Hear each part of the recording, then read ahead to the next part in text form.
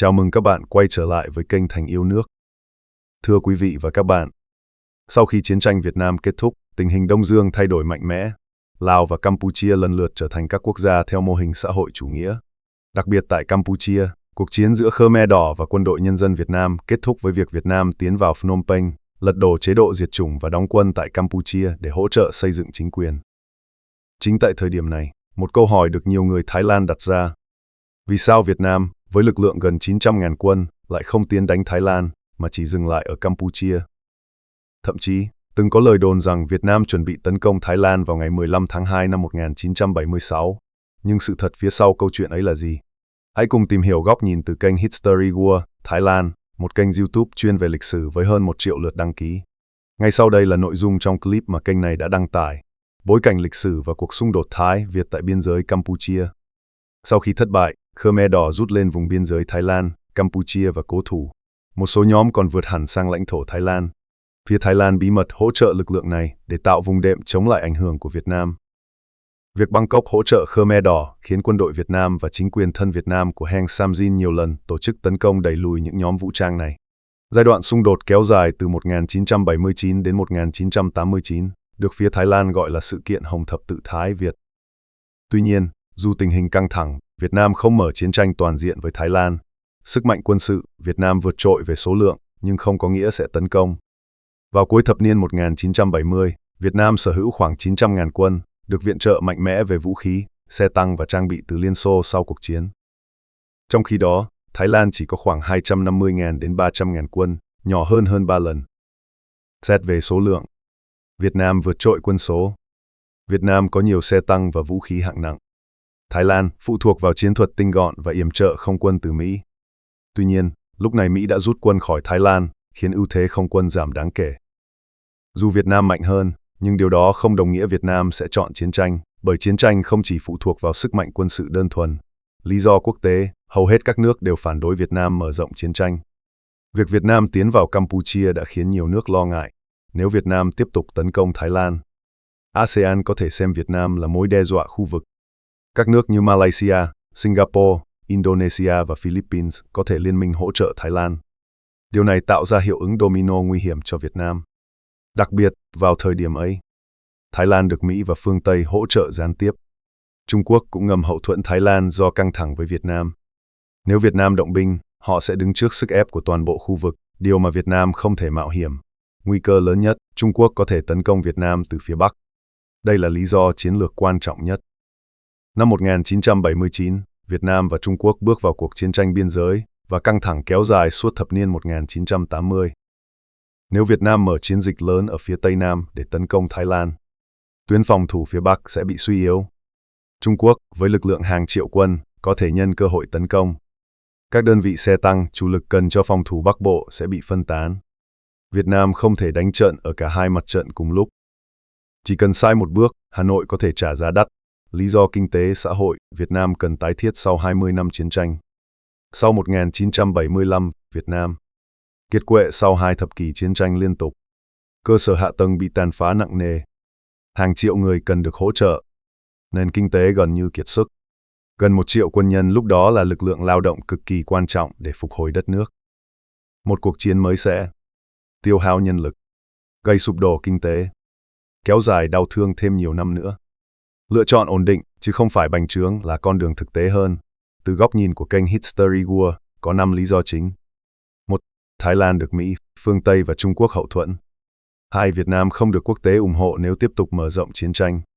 3. Nguy cơ Trung Quốc mở lại chiến dịch tấn công từ biên giới phía Bắc. 4. ASEAN có thể liên minh hỗ trợ Thái Lan, tạo sức ép toàn khu vực. 5. Việt Nam cần tập trung tái thiết đất nước sau chiến tranh. Vì vậy, dù sở hữu lực lượng lớn và thế chủ động tại Campuchia, Việt Nam không chọn tấn công Thái Lan, mà ưu tiên ổn định, ngoại giao và xây dựng lại quốc gia. Các bạn thân mến, ngay sau video gốc được đăng tải, phần bình luận bên dưới thực sự bùng nổ. Không chỉ có người Thái, mà cả người Việt Nam, người Campuchia và cả những cựu binh từng tham chiến đều xuất hiện.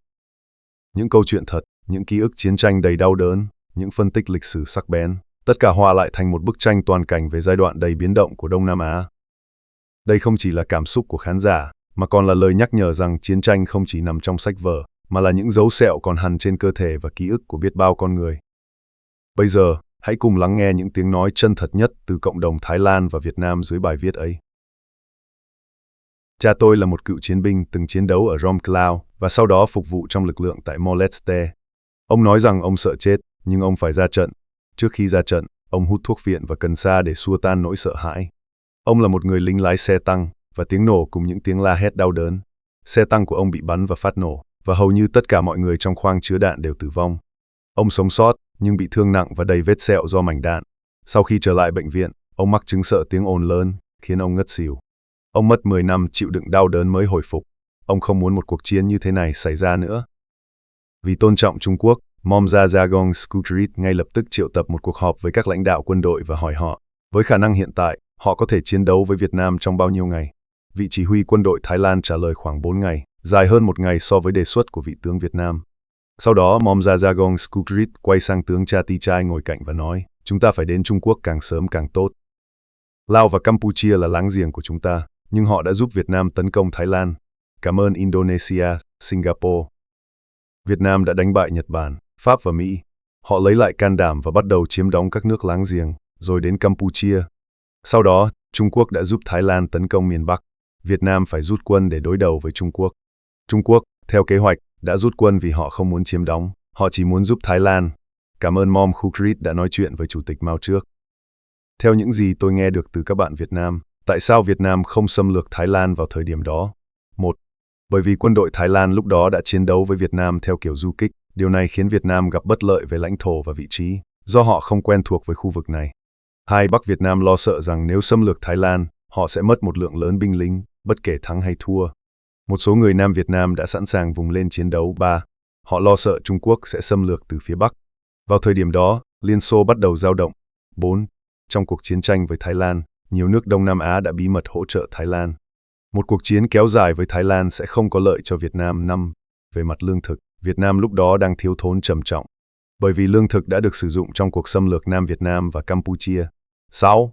Điều này cực kỳ quan trọng đối với tinh thần của những người lính Việt Nam, những người đặt câu hỏi về những gì họ sẽ được hưởng nếu chiến thắng và khi nào họ có thể trở về nhà nếu tiếp tục chiến đấu. Một phần là nhờ sự giúp đỡ của Trung Quốc. Vào thời điểm đó, Việt Nam tuyên bố sẽ xâm lược Bangkok trong vòng 3 ngày. Thái Lan yêu cầu sử dụng số vũ khí Mỹ còn lại ở Thái Lan, nhưng Hoa Kỳ bảo họ tự lo liệu.